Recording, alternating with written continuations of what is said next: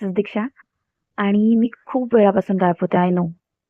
मी कधी-मधी शॉर्ट्स, छोट्या-छोट्या व्हिडिओज टाकल्यात, बट लाँग व्हिडिओ रेकॉर्ड करायला चान्स नाही मिळाला. माझ्या घरात गणपतीचं काम चालू आहे, त्याच्यामुळे घरी रेकॉर्ड करायला बिलकुलच जमत नाहीये. आज मी लायब्ररीतून रेकॉर्ड करतीये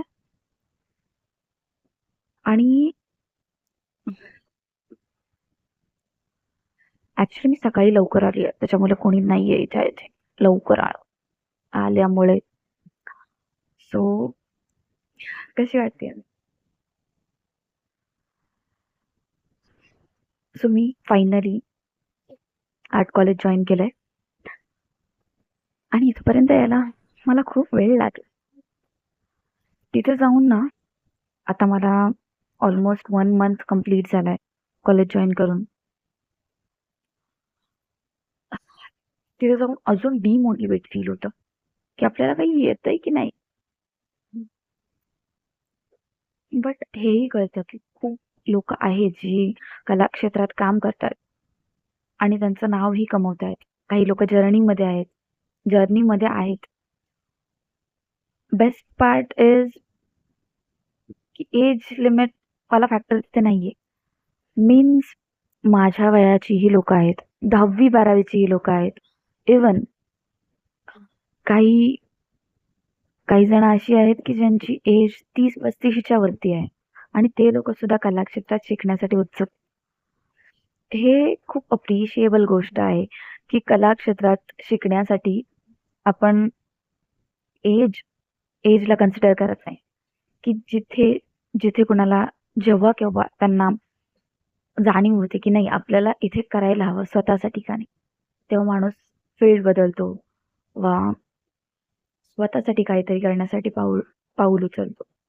आणि हे छान आहे ही गोष्ट, की प्रत्येकजण स्वतःसाठी काम करण्यासाठी, स्वतःवर इन्व्हेस्ट करण्यासाठी एक वेगळं काहीतरी करण्याचा ट्राय करतो.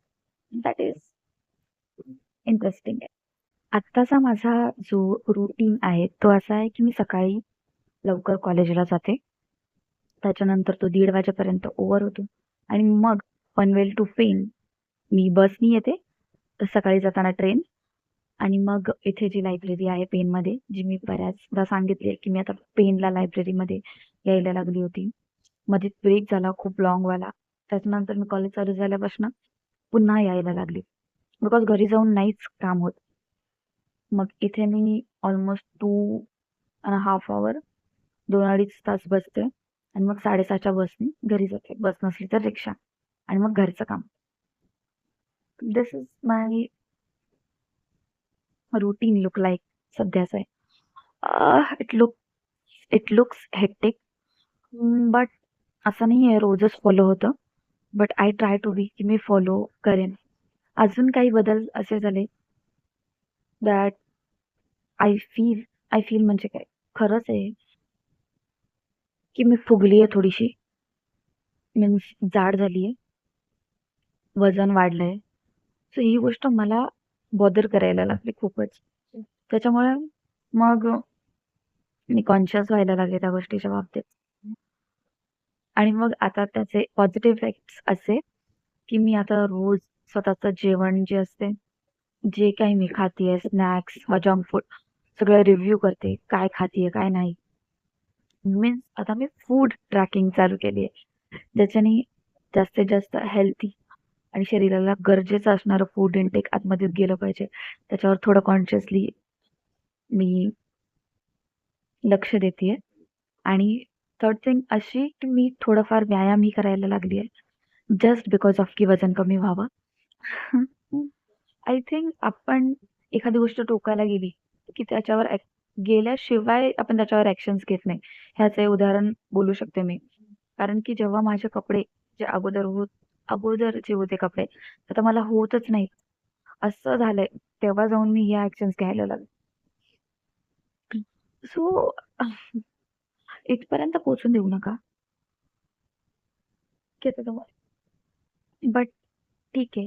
हे चांगले चेंजेस आहेत की मी आता माझ्या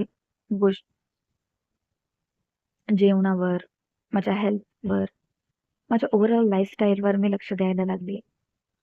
सेल्फ केअरवर, स्किन केअरवर छोटे मोठे बदल आपण करतो आणि त्याने खूप चांगला इम्पॅक्ट, लॉंग टर्म इम्पॅक्ट पडू शकतो हे कळतंय. जसं की प्रोटीन इंटेक चांगला असायला हवा डेली लाईफमध्ये तुमचा. त्याचे काही स्वस्त ऑप्शन्स सुद्धा आहेत, जसे की चणे, भाजलेले चणे, अं, अजून दही, soybean, chicken, mutton. It's not स्वस्त, पण आपण डेली लाईफच्या आठवड्यातून एखाद दिवस करू शकतो है ना. सोबतच अंडी, एग्स. तर ह्या काही गोष्टी आहेत ज्याच्याने तुमचा प्रोटीन इंटेक चांगला होतो.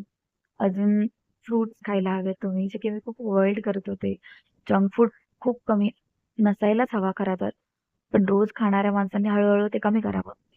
बेस्ट पार्ट हा आहे की की जेव्हा तुम्ही ट्रॅक करता ना, तुम्हाला ते रोज रिमाइंडर मिळत राहतं की तुम्हाला हे करायचं, आणि मग डोकं एका वेळेला स्वतःहून नाही बोलतं की नाही तुला हे नाही करायचं, हे करायचं, आणि तिथे रेजिस्टन्स कमी होतो. सो रोज रिव्ह्यू करण्याचा हा फायदा आहे.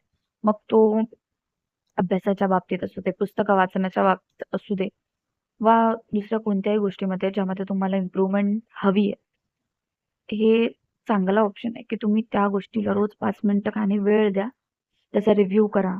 म्हणजे तुमच्या डोक्याला ती सवय लागेल की हे आपल्याला करायचंय. पुस्तकातली एखादी गोष्ट जर तुम्हाला तुमच्या लाईफस्टाईलमध्ये उतरवायची आहे, वा एखादं कॅरेक्टर आहे जे तुम्हाला खूप आवडतं आणि त्याच्या काही सवयी आहेत, त्या तुम्हाला आवडतायत, त्या तुम्हाला तुमच्या लाईफस्टाईलमध्ये उतरवायच्या आहेत, तर हे खूप छान ऑप्शन आहे की ते तुम्ही तुमच्या त्याच्यावर तुम्ही अटेन्शन पे करा, की तुम्ही ते बघत राहा वा वाचत, जेणेकरून तुम्हाला ब्रेनला ते सिग्नल जात राहील. आणि त्याच्यानंतर जेव्हा केव्हा ती गोष्ट करायची वेळ येईल, तुमचं ब्रेन लगेच ॲक्टिव्हेट होईल, की हां, इथे हे चेंजेस करायचं आपण सारखं-सारखं वाचत होतो वा बघत होतो. आणि विदिन अ 1 सेकंड ह्या गोष्टी होतात आणि त्याच्यावर आपण कामही करायला लागतो. हेही एफर्टलेसली. तर तुम्हाला फक्त इतकंच करायचंय, की तुम्हाला त्याच्यावर अटेन्शन पे करायची. जी काही गोष्ट तुम्हाला स्वतःमध्ये, स्वतःच्या रूटीनमध्ये ॲड करायचंय. Just pay attention to it. So that is it. जे काही आता चालू आहे. But okay. बाय.